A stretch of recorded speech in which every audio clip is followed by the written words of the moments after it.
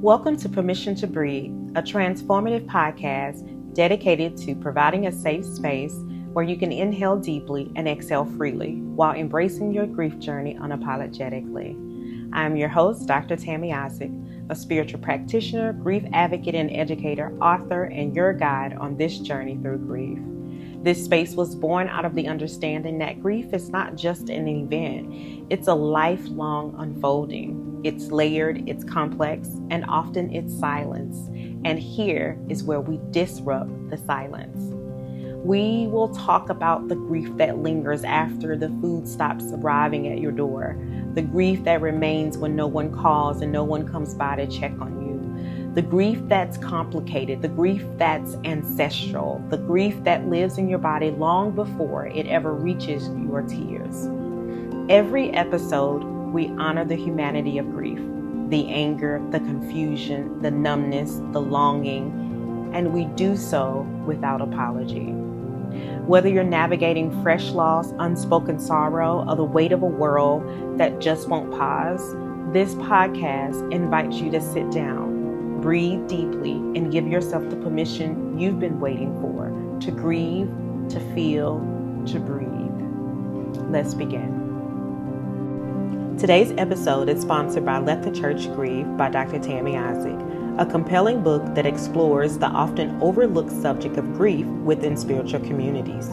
Dr. Isaac combines personal antidotes with theological insights, providing a compassionate framework for understanding and addressing grief collectively. This book emphasizes the need for spiritual leaders to create safe spaces for mourning and guides congregations through the grieving process with faith and empathy.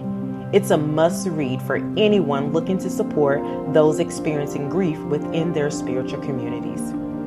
Grab your copy of Let the Church Grieve at www.drtammyisaac.com today and begin the journey towards healing and growth. This month, we are reflecting on women's history and the ways grief has shaped women's lives across generations. And today's episode is titled, The Grief Behind Women's Leadership. When people talk about leadership, they usually talk about influence, titles, or accomplishments. They celebrate the movement that was built, the organization that was started, the change that was achieved, but leadership also carries emotional weight.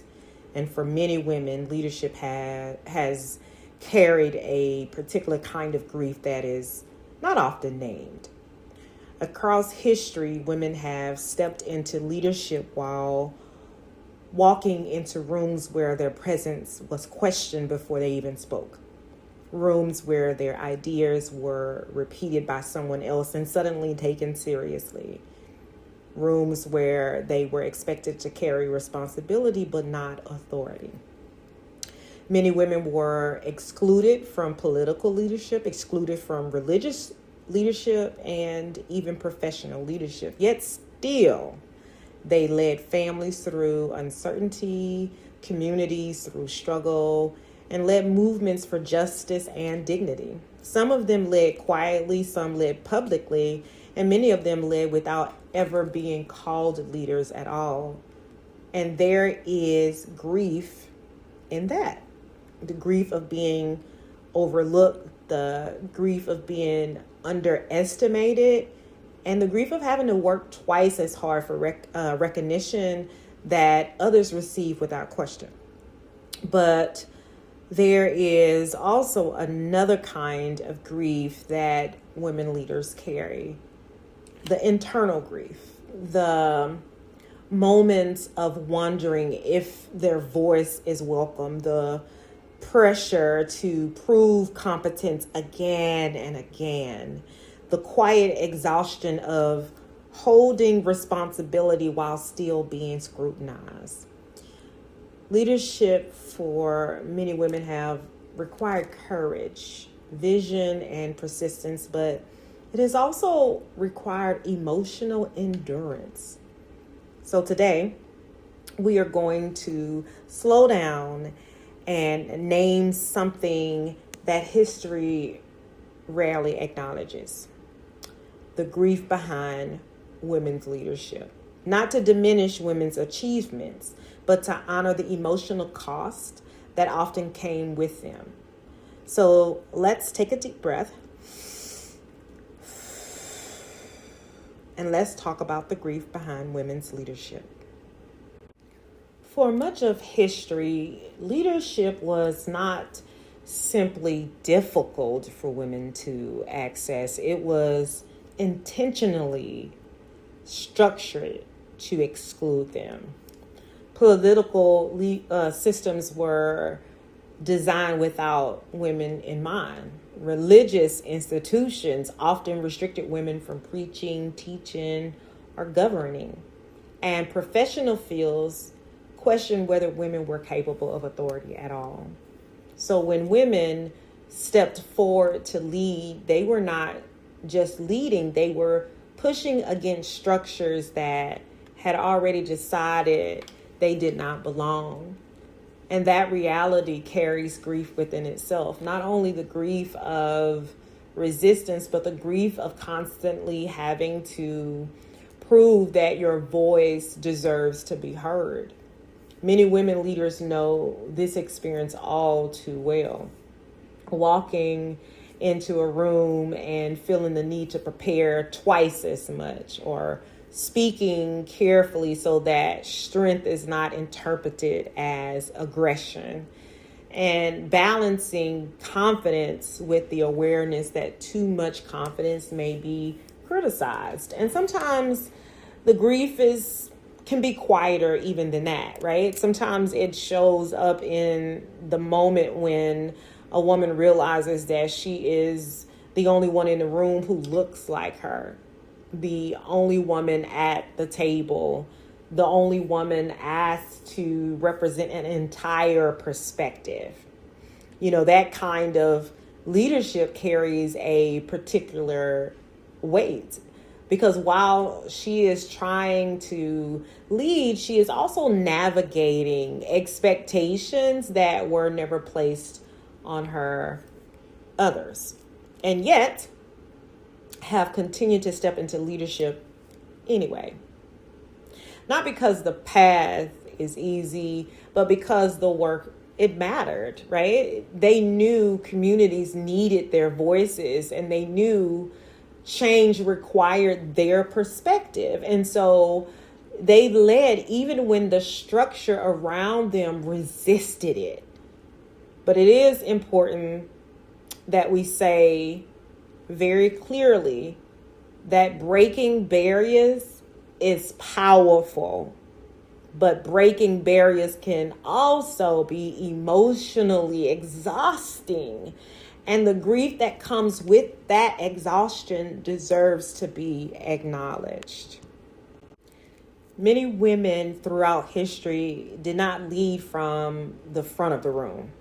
They led from the margins, from places where their influence was real, but their authority was not formally acknowledged.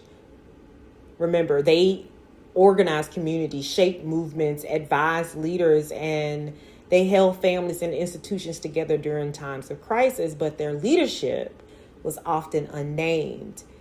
History tends to celebrate the visible leader, the one who stood at the podium, you know, the one whose name appeared in the headlines, the one whose speech was recorded, right? Yet behind many of those visible moments were women actually who carried the strategy, the emotional labor, and the work of sustaining the movement itself. Women who organized the meetings. It was women who built the relationships that made progress possible. And it was women who held people together when conflict threatened to tear movements apart. Leadership often happened in kitchens, in living rooms, in church basements, and in quiet conversations where courage was restored and direction was clarified, you know. And yet, when the story was written, their names were missing. There is grief in that. The grief of knowing that your labor shaped something important while your name disappeared from the story. Many women leaders recognize this experience even today. There are the ones making sure everything works. They are the ones resolving conflict before it escalates. And they are the ones doing the preparation that allows everyone else to walk into the room looking confident and prepared. They built the structure that holds the work together. Yet when success is celebrated, someone else often stands in the spotlight. And over time, that experience can create a quiet emotional ache. Not because recognition is the ultimate goal of leadership, let's clear that up, but because being unseen can slowly erode a person's sense of belonging in a space they were helping to sustain. And the grief does not always show up in dramatical ways, right? Sometimes it just shows up as fatigue, the fatigue of constantly carrying responsibility. Sometimes it shows up as silence. A woman deciding not to speak this time because the last time she spoke, she was dismissed. And sometimes it shows up as self-questioning, the internal questions that begin to surface when a person's contributions are consistently overlooked. Questions like, does my leadership matter here, right? Am I truly seen or just relied upon? Or maybe, is my voice valued or simply tolerated? These questions are not signs of weakness. They are the human response to carrying responsibility without feeling visible, right? And yet many women continue to lead anyway. They continue to organize, nurture, guide, and to build because they understood something deeply important. They understood leadership is not always defined by the title that someone gives you. Sometimes leadership is the quiet commitment to keep showing up for people who need guidance, support, and direction. Sometimes leadership is the willingness to hold a community together even when the world refuses to recognize the person doing the holding. And when we begin to tell the fuller story of women's leadership, we also begin to name the grief that many women carried while doing the work. That grief deserves to be acknowledged, not to diminish the leadership, but to honor the emotional weight it often required. Many women who lead are carrying forms of grief that often go unrecognized. There is the grief of invisibility, right? This is the grief that comes from contributing deeply to work that matters while feeling unseen, doing the labor that keeps everything moving while someone else receives the recognition.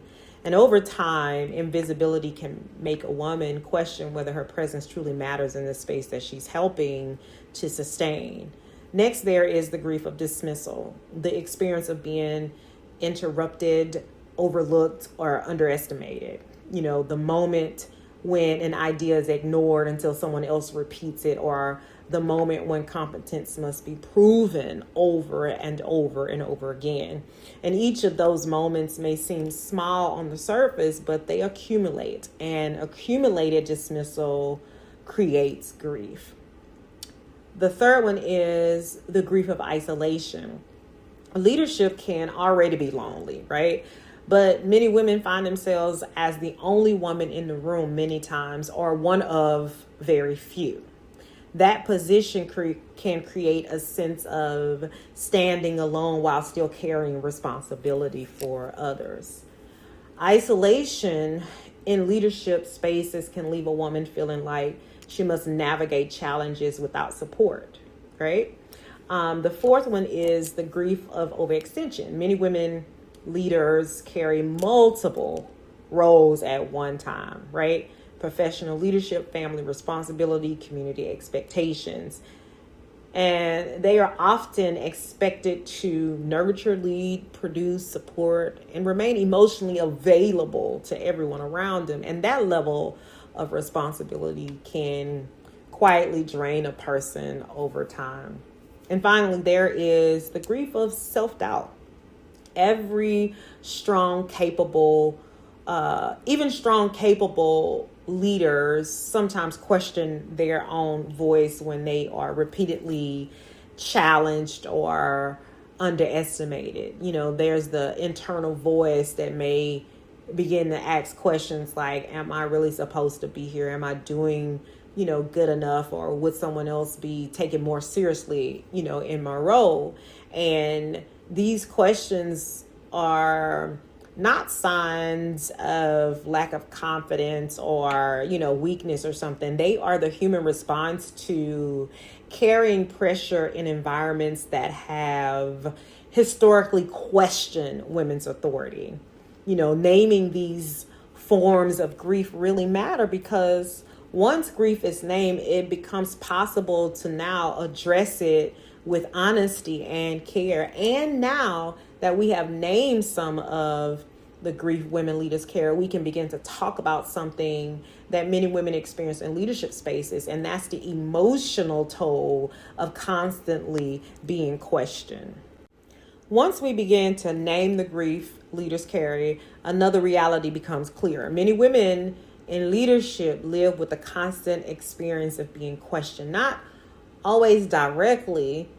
And sometimes the questioning it's subtle, right? A woman shares an idea and the room goes quiet. Minutes later, someone else repeats the same idea and is suddenly welcomed.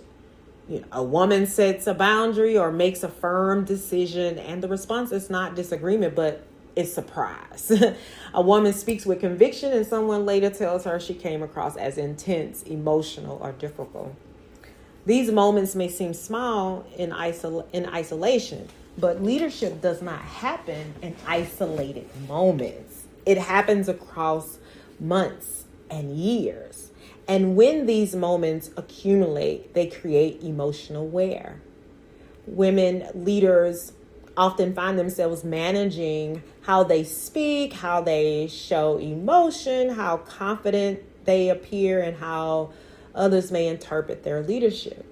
Too confident, and someone may say she's intimidating. Too collaborative, and someone may question whether she is strong enough to lead. Too direct, and she may be labeled difficult. Too patient, and she may be underestimated. This constant negotiation creates emotional labor that is not often acknowledged, right? It's not just listed in job descriptions. It does not appear in performance evaluations, yet it is work many women carry daily while trying to lead effectively. And over time, that emotional labor can produce grief. Not the kind of grief that comes from a single event, but the grief that forms slowly from repeated experiences of being doubted, challenged, and misunderstood. For some women, it becomes the quiet exhaustion of constantly having to prove that they belong. For others, it becomes the heaviness of knowing their leadership will be evaluated differently than the leadership of others. Yet, even within that emotional weight, women continue to lead. They continue to guide teams. They continue to advocate for change. They continue to bring vision, care, and intelligence into spaces that once excluded them. Recognizing the emotional toll does not diminish women's leadership. It tells the truth about the strength it has required of them. Not all grief in leadership comes from what happens around a woman. Some of it happens quietly within her. When a woman leads in spaces where she is questioned, underestimated, or constantly evaluated, something begins to happen internally. She may begin to monitor herself more closely, how she speaks, her emotions, and how direct she allows herself to be. And many women leaders learn very quickly that they are not only responsible for leading, but they are also responsible for managing how their leadership is perceived. And that can create an internal tension. Some women begin to wonder if they need to adjust their personality in order to be taken seriously. They ask themselves questions like, should I speak more forcefully? Should I hold back my empathy so people, don't see me as weak? Or should I soften my language so I'm not perceived as difficult? And asking yourself these questions over time, those questions can create another form of grief. The grief of feeling like leadership requires editing parts of yourself, almost like losing your identity. A woman may begin to feel that the very qualities that make her a thoughtful leader, compassionate, emotionally aware, attentive to others, must be hidden or controlled in order to maintain authority. And yet those qualities are often the very strengths that do allow communities and organizations to actually thrive. The internal grief shows up in very subtle ways. Moments of self-doubt, it shows up.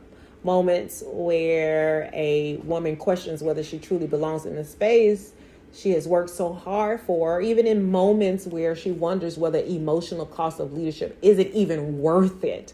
Or how about when women leaders carry responsibility for others while quietly processing their own uncertainty?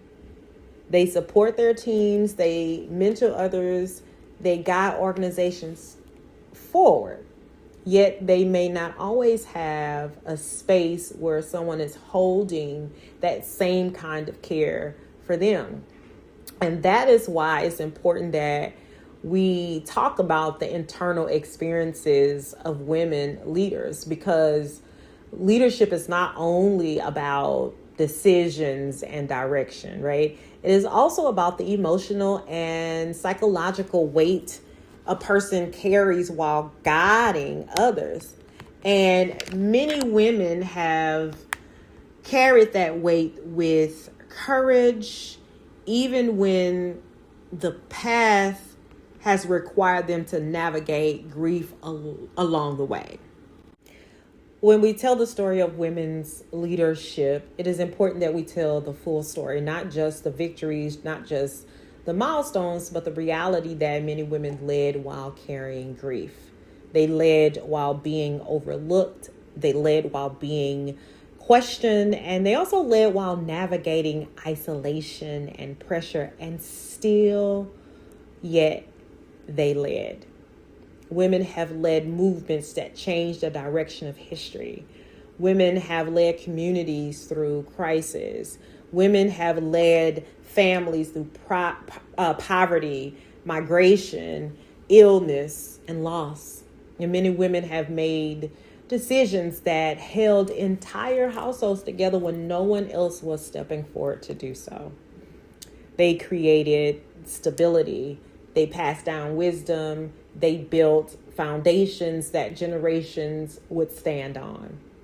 And many of these women were never called leaders. Their work was described as duty, as responsibility, as simply doing what needed to be done. But leadership does not only happen on stages or behind podiums. Leadership also happens in the daily work of guiding, protecting, organizing, and sustaining the lives of others, right? There are women whose names appear in history books, women who led civil rights movements, organized labor movements, and challenged laws that denied people dignity. But there are also countless women whose leadership never received public recognition, women who held communities together during difficult seasons, who raised the next generation of leaders, who made decisions that shaped the directions of families and neighborhoods. When we honor women's leadership, we are not only honoring the women whose names we know, we are honoring the many women whose leadership was never fully acknowledged, but whose influence shaped lives in profound ways. Recognizing that leadership is also part of healing. Because when the work of women is finally named and honored, the silence that once surrounded their contributions begins to lift. And when that silence lifts, something powerful happens. The story becomes more honest. And women who are leading today can see themselves as part of a long lineage of women who stepped forward, carried responsibility, and guided others forward, even when the path was difficult. Before we close this conversation, I want to pause and speak directly to women who are listening and who is leading. Leadership can be meaningful work. It is meaningful work. It can create change. It can open doors, and it can shape the direction of communities and institutions. But leadership, honestly, can also be heavy. There are moments when you carry responsibility for many people while feeling like very few people are carrying you. There are moments when you wonder if the emotional weight of leadership is visible to anyone else. Moments when you question whether the effort you are giving is truly seen, and moments when you are strong for everyone around you while quietly needing space for yourself. If that has been your experience, it's important to know that those feelings that surface in leadership are not unusual. Leadership places a person in a position of responsibility, visibility, and expectation at all at the same time. And when those pressures are layered onto the historical experiences many women have faced in leadership spaces, the emotional weight can become even greater.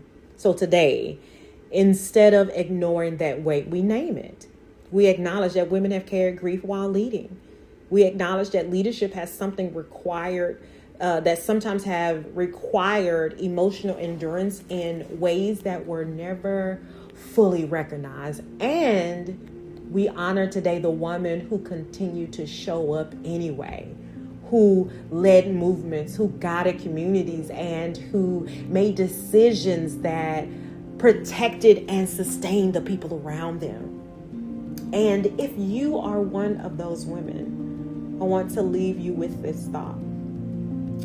Leadership does not require you to silence your humanity. The empathy you bring, the care you extend, and the awareness you carry for others, those qualities are not weakness. They are a part of the reason your leadership matters. So if leadership has felt heavy at times, allow yourself space to breathe. Allow yourself space to acknowledge what you have carried. And remember that the story of women's leadership is not only a story of strength. It is also a story of women who carried responsibility, navigated grief, and still chose to guide others forward. Thank you for spending this time with me on the Permission to Breathe podcast. I want you to take a breath, and I'll see you next time. Thank you so much for joining me today on the Permission to Breathe podcast. I want to invite you to sit with it just a little bit longer. Notice what came up, notice what feels heavy and what feels clear, and know that there's no rush to resolve any of it.